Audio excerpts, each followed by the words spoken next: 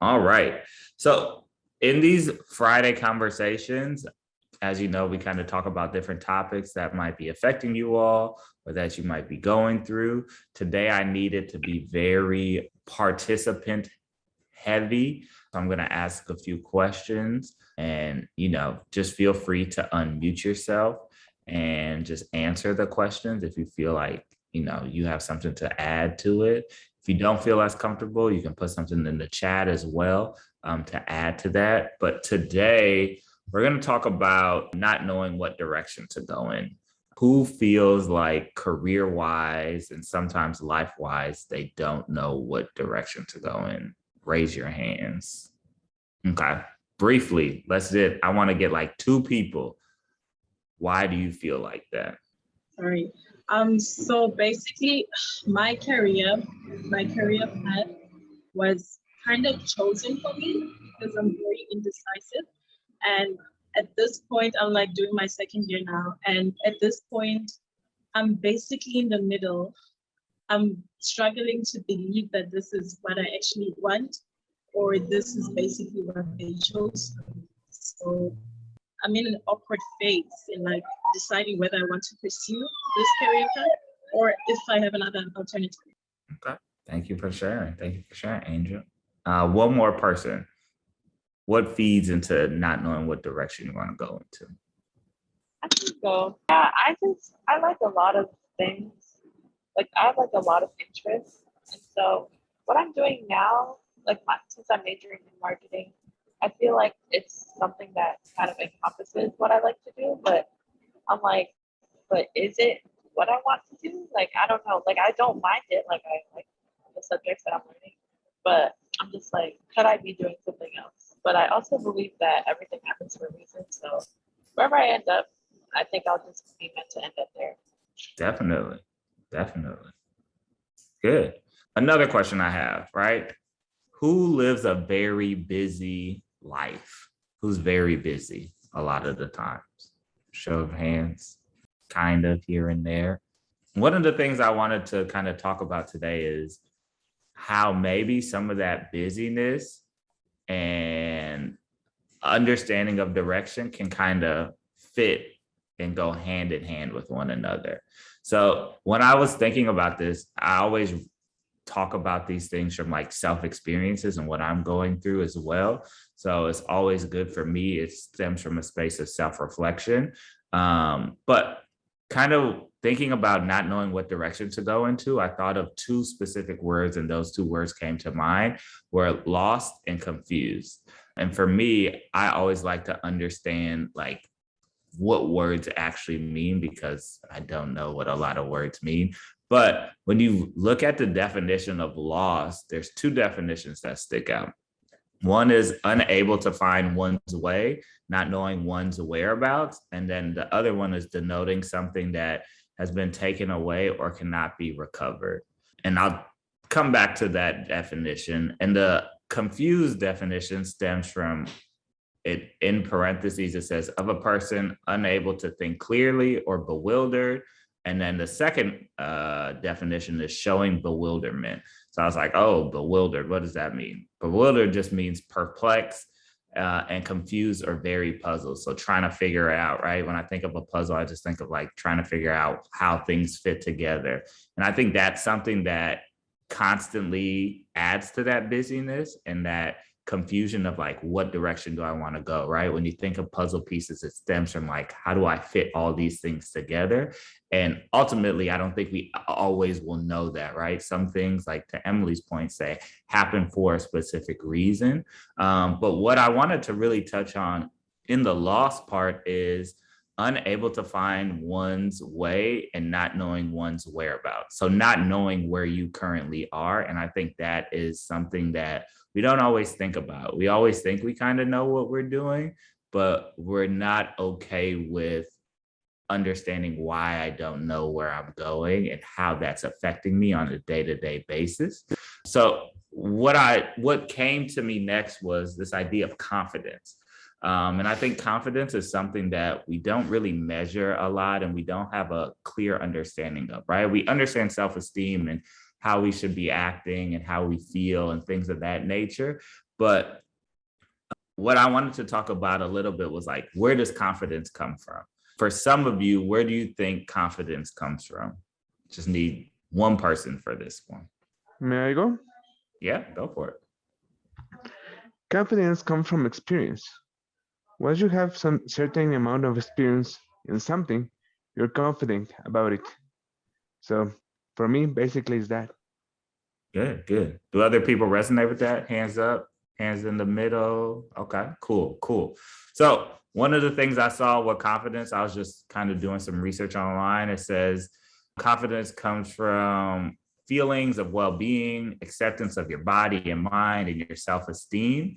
And then the other part of it is, and where can it come from? It can be influenced, right? By evolution, childhood, rejection, social group, stability, and most importantly, different beliefs as well that you have. For me, my confidence is tied to like kind of my spirituality. So believing in God and really reflecting in prayer and meditation. And we'll talk a little bit about like what takes away from your confidence and what adds to your confidence. But the one thing I didn't really see was, how do you measure confidence? I don't think there's ever like a set way to measure confidence. And I think that pertains sometimes to our careers, right? We say we're interested in this space, but we might not have that experience or that understanding of what you do in that space. So now I don't know if I feel like I want to go into that space. But if you feel like you're called to do that, or that's your purpose or things that you're interested in, those are signs of things that are within you that you think you should go into that direction. So always remember that confidence comes from yourself and identifying that. But I think the one thing, and a few things actually, that I think are really important to understand is what takes away from your confidence. And that's one of the reasons why I talked about busyness. I think busyness can take away from a lot of the confidence because we're doing so many different things and we're not really understanding, going back to what the definition of lost is, where are we currently, right? Because we're moving so fast, we don't know where we currently are and what we're currently doing. And we can forget some of that. And what adds to that is social media sometimes, right? Social media can add to a lot of endless potential. So a lot of the times we might feel like we can do all these different things, but we don't have like a set path of what direction we really want to go down. And what that can lead to is comparison, right? I'm sure there's a lot of us who maybe not say that we compare ourselves to people, but I know myself, right? I compare myself to people, and social media adds to that. And then that makes me think like, should I go into this direction or should I not go into this direction? This person's doing that, and that's something that I kind of want to do. So maybe I should do that, rather than like listening to your inner self and believing what you should truly do. Going back to our previous conversation, right? All you have is all you need, and it's all inside of you. And if you really explore that, that's where you can find your true calling and what you really want to do. And then the other thing I think is very important is sometimes we have a lack of perspective on situations. A lot of times, society, movies, TV shows, all of these things can tie into us looking at things negatively rather than looking into things positively. You know, the pandemic is another thing that we can talk about where, you know, that was a negative effect where we weren't able to see people or do the things that normally we would do. But it's another space to reflect, right? Really spend time with yourself and truly understand everything that you're going through. And then also being aware of the people that are around you. Because sometimes you might have an idea, and maybe some of you have this. It might be friends, it might be family members, it might just be people that you know, where you're like, you know what? I really want to be a marketing executive. And then someone else comes in there and like talks about negative impacts of like why you don't think you could do that or why it's really tough. You have to be aware of that, right? Because that can take away from your confidence of what you truly want to do. And now, because of your busyness, you got that little the monkey on you where you're hearing these things consistently. And that monkey, or that self impact of you talking to yourself, can say like, oh, you know what? I don't really think I can do that. Maybe I should do something different where someone said it's a lot easier to do, or maybe it pays a little bit more. So I should just do that rather than sticking with what you truly wanted to do. Right. The little Jiminy Cricket. That's exactly what it is. So a few things that I think can really help. And for me, this is kind of what I do is like constant self-reflection. So for me, one thing I practiced when I was building this company was waking up at 4 a.m. and making sure that I spend that time listening to myself and having quiet time. That quiet time is a good time for you to spend time with yourself and really talk to yourself. Do any of you talk to yourself? Hands up, hands down. No. Okay. See, that's right. You're supposed to talk to yourself. They say it's weird, but no, you really should. It helps you to get to know who you are. And for me in my morning routine, I like to listen to sermons, pray, meditate. Those are things that work for me, but you should find the things that work for you to really build that confidence. Because what happens is at the beginning, you can start to find those things that build your confidence. So by the time I wake up at 4 a.m., I'm good. Like I got energy. I feel good. I know what I'm supposed to do during that day. And because of that, now if someone comes into my life and is like, oh, I don't think you can do that, or it kind of discourages you, or something happens that doesn't feel good, I'm able to have that self-reflection and really look at the specific situation and understand, okay, this is a bad situation, but this doesn't dictate how the rest of my day is going to go. It dictates the small opportunity that happens right now, right? And that's that perspective you really want to take time. And that's why it's also to take time to just step back away from that busyness and truly reflect. So that's something that can really, really happen, and it can be good for you. And then I think the other thing, like I said, making sure you're honest with yourself by spending time with yourself and having that stillness.